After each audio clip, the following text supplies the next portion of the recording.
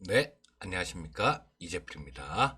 자, 지금 뭐 오늘 주말에 오랜만에 영상을 하나 좀 만들어서 올려드리는데요. 자, 우리 조카놈이 이제 사회 나올 때 거의 다 된 그런 조카가 하나 있는데 그 놈이 며칠 전에 전화가 와서 뭐 주식에 대해서 뭐 해볼라 그런다고 음, 그렇게 얘기를 하면서 근데 뭘 어떻게 해야 될지 모르겠다고 좀 답답하다 그래요. 그래서 야, 이 새끼야 삼촌 영상에 보면 거기 초보들 보는 것부터 시작해갖고 다 있는데 뭘 몰라 이 새끼야 그거 보면 되지 마 그랬어요. 근데 가만히 보다 보니까 제가 그 기본적 분석에 대해서는 뭐 한 편도 안 올렸더라고요. 그래서 오늘은 이 기본적 분석에 대해서 조금 알아보려고 합니다. 자, 요거는 그래요. 뭐 주식 투자를 하는 뭐 정보를 얻는 방법이 여러 가지가 있겠죠.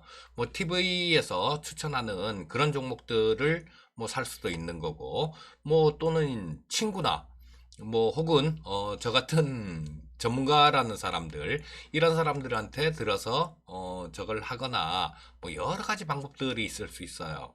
그런데 저도 뭐 TV 방송에 꽤 오래 출연을 했습니다만 TV 방송에서 추천하는 것들이 그런 경우가 되게 많아요.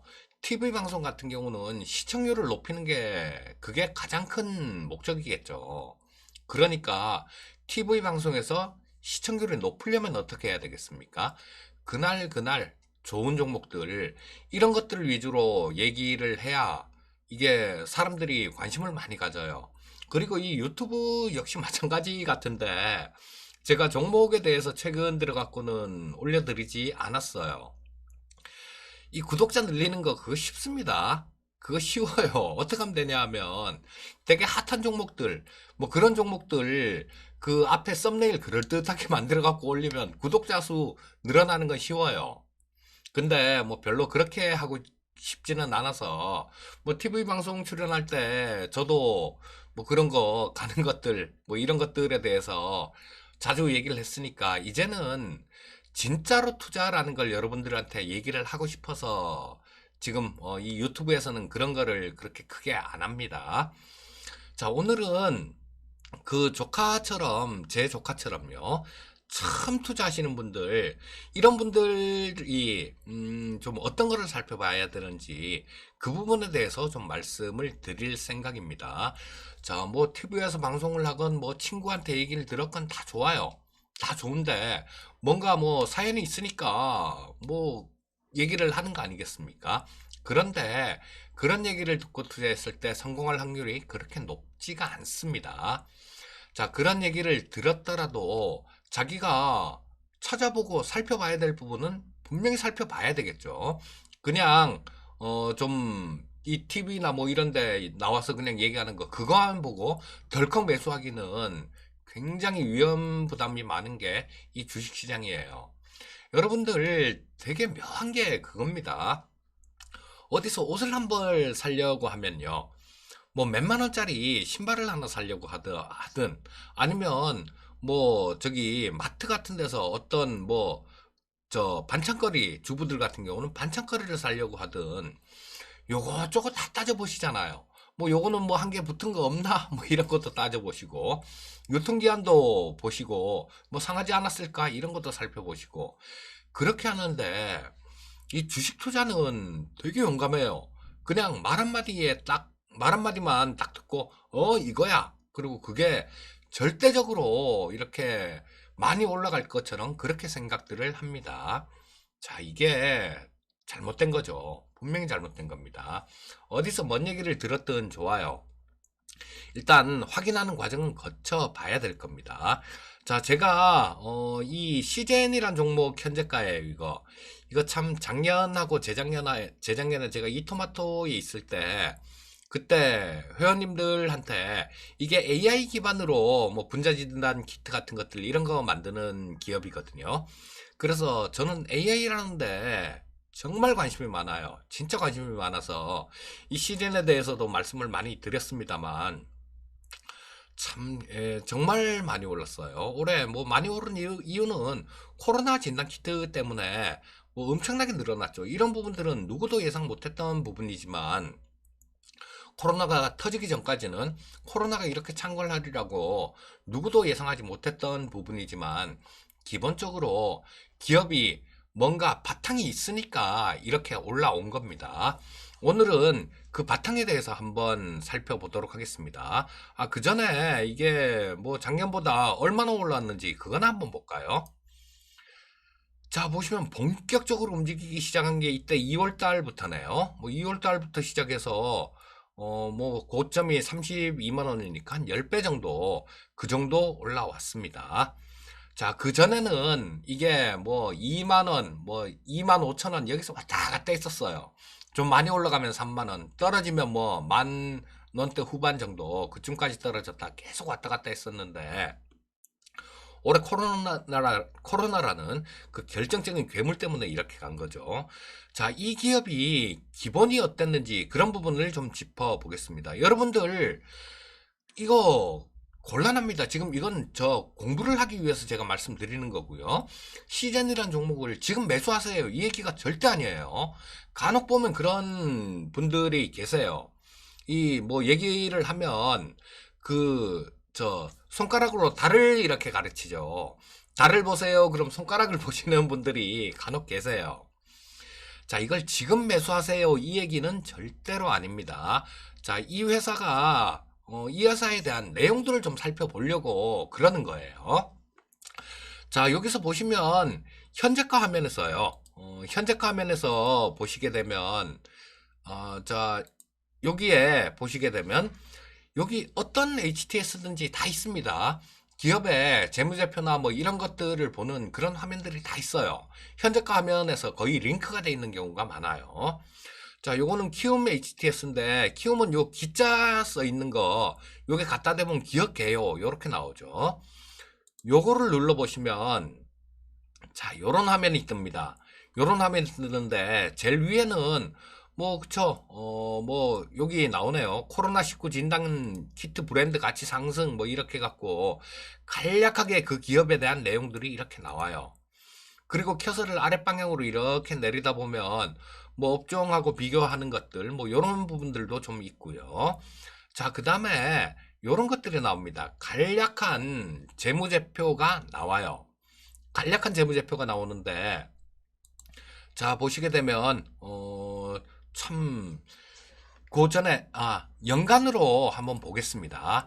연간으로 보게 되면 이 시젠이라는 회사가 보시면 자, 여기 2015년도부터 쭉 나오네요. 2015년도부터 쭉 나오는데 자, 여기에 자, 2015년도에는 이 매출액이 651억 정도 됐어요. 그리고 영업이익이 86억 정도 나왔었네요. 자, 그리고 16년도에 나오고 17년도 또 나오고 18년도 나오고 19년도 이렇게 나와요.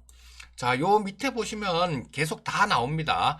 매출액도 나오고 영업이익도 나오고 그 다음에 뭐 좀 조금 내려가다 보면 부채 비율도 나오고 그 다음 뭐 영업이익률 이런 것도 나오고 뭐 EPS는 주당순이익이란 얘기죠. 주당순이익 EPS도 나오고 DPS도 나오고 DPS는 뭐 주당 배당금을 얘기하는 겁니다. 자, 그래서 그런 것들이 쭉 나오는데 자, 진짜 이런 부분조차도 이건 정말 기본 중에 기본이에요. 보고 투자를 하셔야 됩니다. 근데 이거조차도 안 보고 그렇게 투자하시는 분들이 많아요. 누가 얘기하면 좋은가 보다 하고 사요.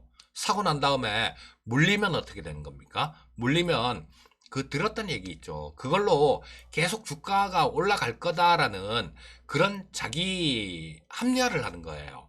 그러면서 뭐 원치 않는 장기 투자가 되게 되는 거죠. 그래서 뭐 산지 몇 년 됐어요. 그런데 새토막 났어요. 이런 분들 되게 많이 봤습니다. 그런 분들은 대부분 이런 부분들을 살펴보지 않고 매수를 하셔서 그래요. 자, 매출액, 영업이익, 당기순이익 이런 것들은 어떤 게 좋겠습니까? 당연히 작년보다는 올해가 좋아야 될 거고 올해보다는 내년이 좋아야 될 거예요. 자, 주가는 현재 가치나 과거 가치가 아니라 미래 가치로 움직이는 게 주가니까요. 현재나 과거 부분들 같은 경우는 현재 주가에 다 녹아 있다라고 보시면 됩니다.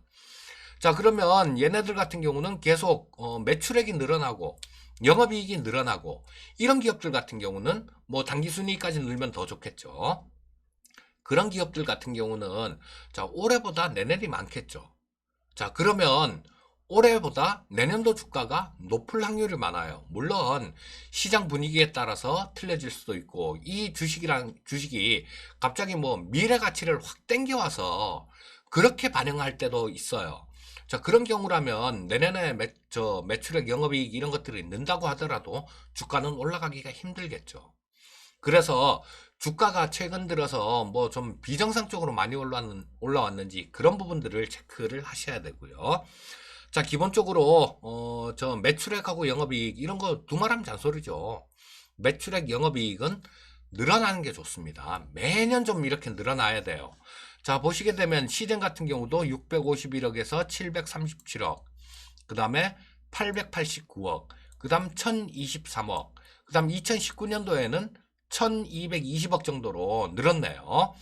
자, 그리고 요 구간에서 86억 정도 영업이익이 났고 그 다음에까지 101억으로 성장을 했죠.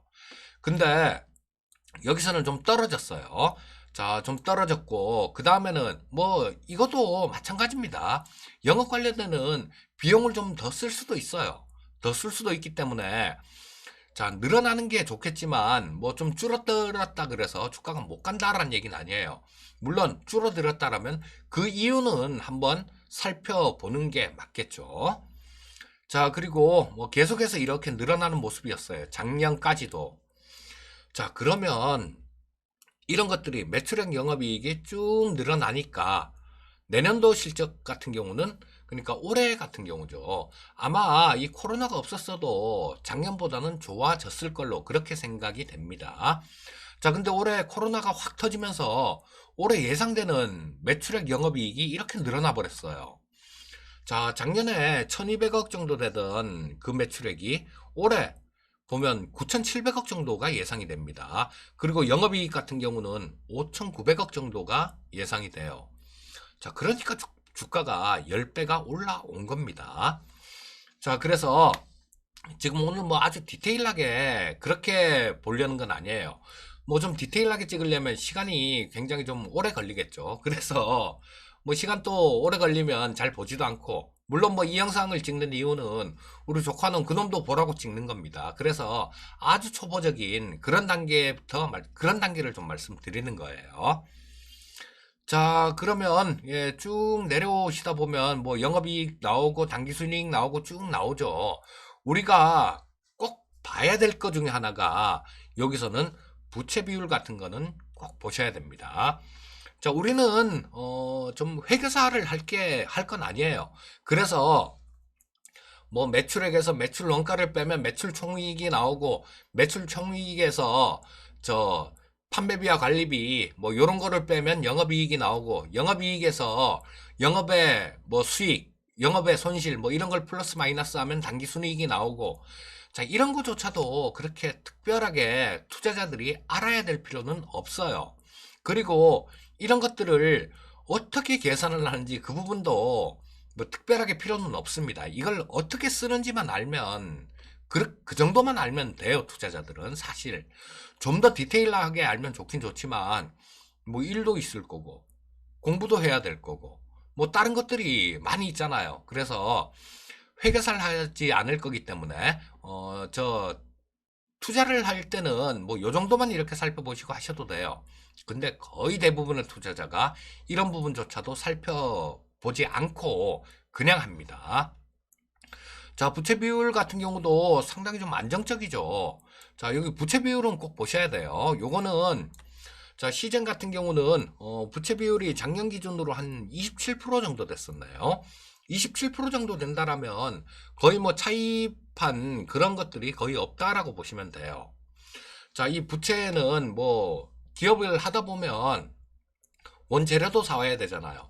뭐 이거를 뭐 오늘 만약에 1일 날 뭐 원재료를 10억을 사왔다고 오늘 당장 입금해 주는 게 아니지 않습니까? 정해진 기일, 정해진 날짜에 한꺼번에 입금을 해주잖아요. 그런 부분들이 있기 때문에 기업들마다 어느 정도의 부채는 있어요. 자, 근데 이 부채 비율 같은 경우는 보통 100% 미만 정도 되면 뭐 안정적이네, 이렇게 얘기를 합니다. 근데 참 IMF 전에 우리나라 이 기업들 평균 부채 비율이 뭐 350%씩 이렇게 갔었어요. 자, 그때는 굉장히 빚을 많이 내갖고 그렇게 일을 했다라는 얘기죠. 자, 근데 이 부채 비율이 좀 높은 기업들은 좀 주의하셔야 됩니다. 왜냐하면 당장 부도가 나거나 뭐 그러진 않다고 하더라도요. 주가가 조금 올라가면 이 회사에서는 어떤 생각을 하느냐. 유상증자를 하려고 하는 경우가 굉장히 많아요. 부채 비율이 높다라는 건 그만큼 갚아야 될 돈이 많다는 얘기죠. 그러면 유상증자를 하게 되면 회사로 돈이 유입이 되죠. 자금이 유입이 되니까 뭐 그런 기업들도 많아요. 뭐 이런 것들 뭐 지금 상장되어 있는 거 어떤 거라고 콕 집어갖고 말씀드리진 않겠지만 회사 운영을 합니다. 그리고 저 유상증자를 해요. 주가 좀 올라가면 유상증자를 합니다. 그러면 또 주가 이 증자는 보통 보면 유상증자는 악재로 작용을 해요. 자, 유상증자에 자금 좀 이렇게 땡기고 그러고 난 다음에 주가 또 빠지면 회사 이름 바꾸고 그러고 난 다음에 또 이 좀 주가 이 대주주들도 관여를 해서 뭐 그런 경우가 간혹 있어요. 뭐 많지는 않지만요. 뭐 많다 그러면 제가 대한민국 기업 하시는 분들을 모독하는 거죠. 근데 일부 그런 분들도 있긴 있어요. 회사 주가 뭐 띄우는데 뭐 같이 뭐 이렇게 해갖고 이득을 얻고 그런 분들도 가끔 뭐 잡혀 들어가고 그런 분들도 있잖아요. 그래서 회사 증자하고 또 주가 빠지면 이름 바꿔서 또 좀 주가 좀 띄웠다가 또 증자하고 그렇게 사는 회사들도 간혹 있어요. 그렇기 때문에 또 이 부채 비율이 높은 기업들 같은 경우는 뭐 부채 비율이 낮다고 해서 다 그냥 안심할 수 있는 건 아니지만요. 특히 연초 같은 때 이런 때 유상증자를 하는 경우가 굉장히 많아요. 자, 1월 효과라 그래서 중소형주들 1월 달에 좀 좋은 그런 경우가 많습니다. 1월 달에 주가 좀 이렇게 막 뜨면 그리고 띄우거나 뜨면 거기서 증자를 하게 해서 뭐 자금을 마련하고 이런 기업들이 상당히 좀 있어요.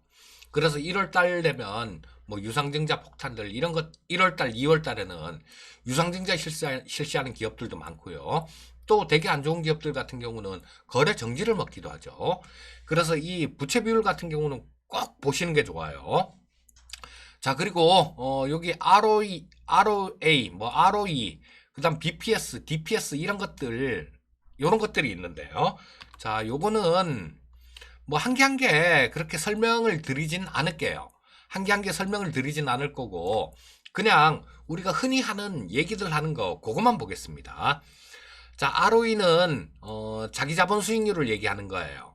자기 자본 수익률을 얘기하는데 요건 일반적으로 높을수록 좋다라고 얘기를 합니다. 아, 근데 부채 비율 같은 경우는 한 가지 조금 다른 부분도 있어요. 아까 얘기하다 잠깐 빼먹고 넘어갔는데 예를 들면 증권회사들 같은 경우는 부채 비율이 굉장히 높아요.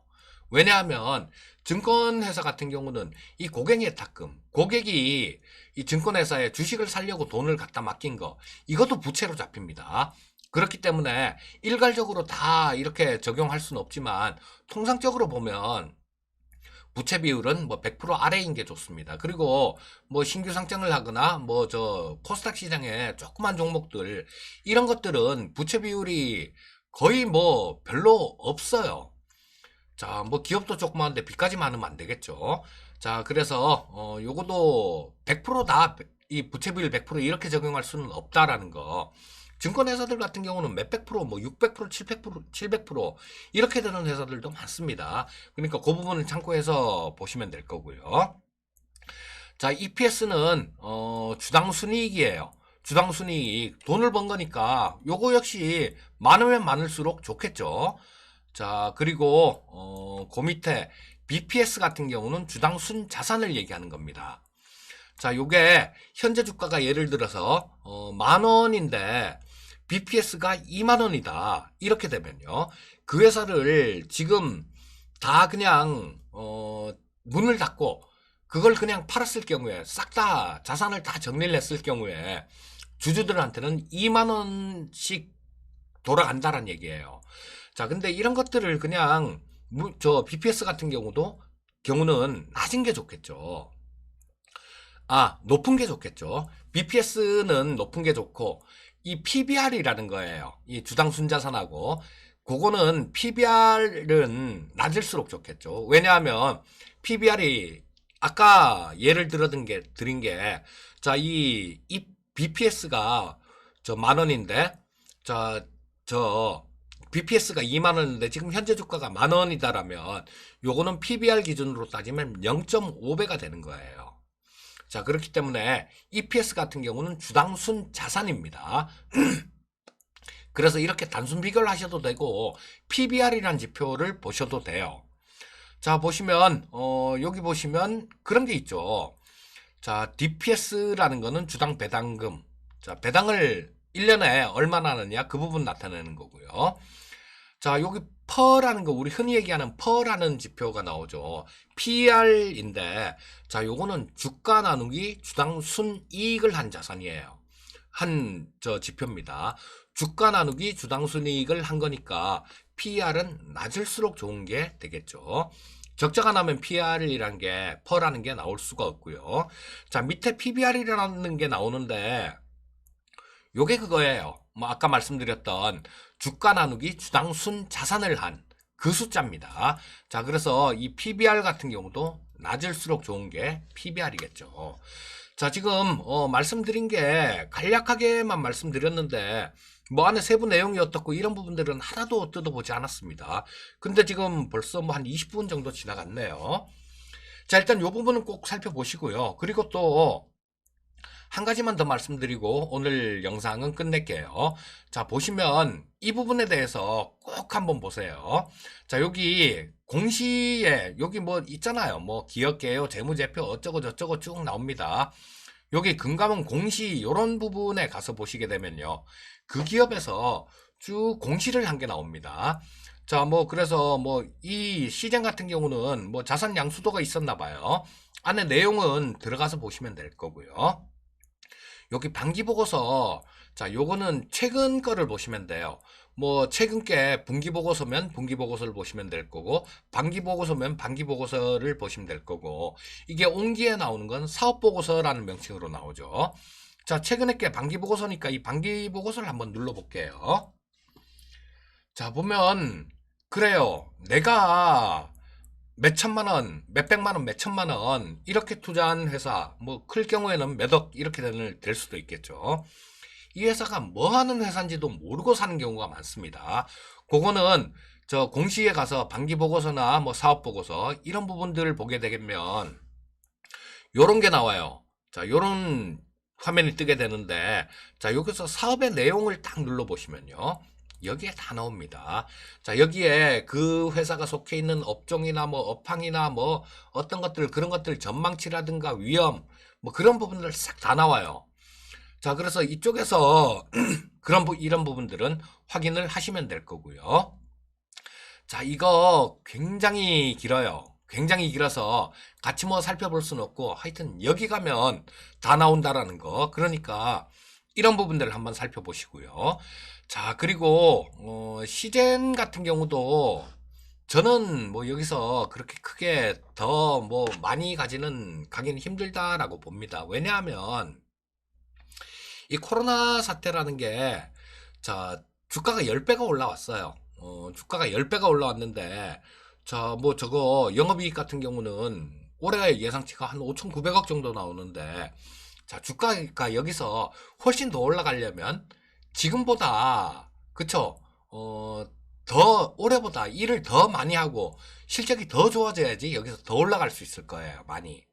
근데 올해만큼 코로나가 시끄러웠던 그런 적이 있을까 싶어요. 내년 후년 이런 때 물론 뭐 또 시즌 주주들 들으시면 또 그런 얘기 하시는 분들 계실지도 몰라요. 뭐 내년에 어떤 병이 나올지 네가 어떻게 알아 임마 이런 말씀 하시는 분들 계실지 모르겠는데요.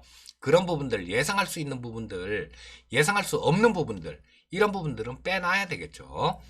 자, 분명히 말씀드렸는데 뭐 이거 종목 추천하고 이 회사가 이 종목을 사야 된다, 팔아야 된다. 이런 얘기가 아니에요. 지난번에 뭐 저거 제가 셀트리온에 대해서 한번 영상을 올렸었는데 그 셀트리온 좀 당분간 올라가기 힘들고 옆으로 좀 이렇게 기거나 그렇게 할 겁니다 라고 말씀드렸더니 아주 그 댓글에다가 참 그래갖고 제가 이 저 종목 올리는 데는 댓글도 없애버렸습니다. 좀 그러지 마세요 좀. 자, 그래서 요 부분 보시면 될 거고요. 그리고 요것도 마찬가지로 그런 부분들이 좀 있더라고요.